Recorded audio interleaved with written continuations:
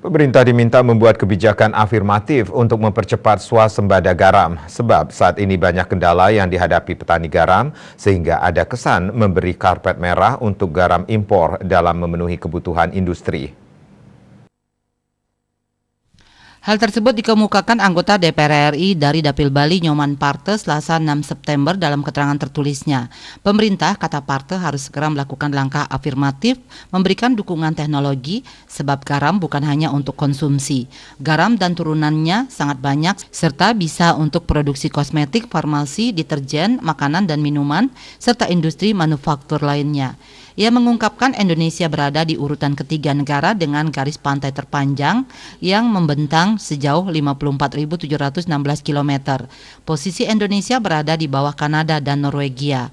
Dengan garis pantai yang besar tersebut, Indonesia dipandang punya lahan potensial yang besar untuk tambak garam. Namun sayang, dari data Kementerian Kelautan dan Perikanan, produksi garam di Indonesia sebesar 1,09 juta ton pada 2021.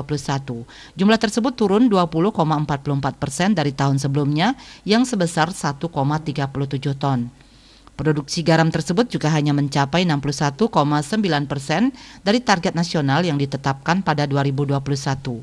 Sepanjang tahun lalu, KKP menargetkan produksi garam nasional sebanyak 2,1 juta ton. Adapun produksi garam nasional pada 2021 tak bisa mencukupi kebutuhan garam nasional.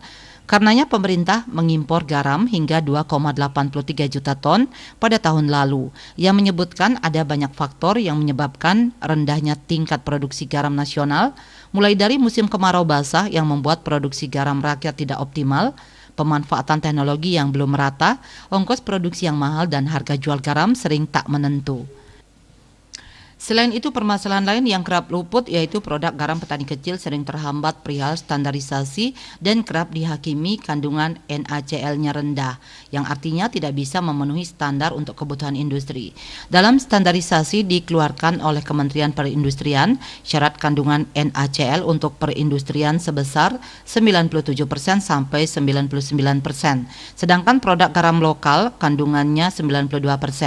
Standarisasi yang dibuat terlalu tinggi menyusahkan garam-garam yang diproduksi oleh rakyat dan akhirnya memberikan karpet merah untuk garam impor untuk kebutuhan industri.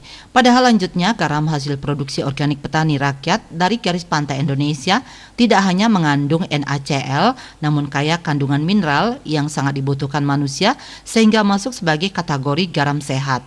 Ia juga menyoroti PT Garam selaku perusahaan negara untuk produk garam. Ia menilai perusahaan itu harus selalu memonitor dan mengantisipasi terkait masuknya garam impor ke rumah tangga Indonesia. Bali Post melaporkan.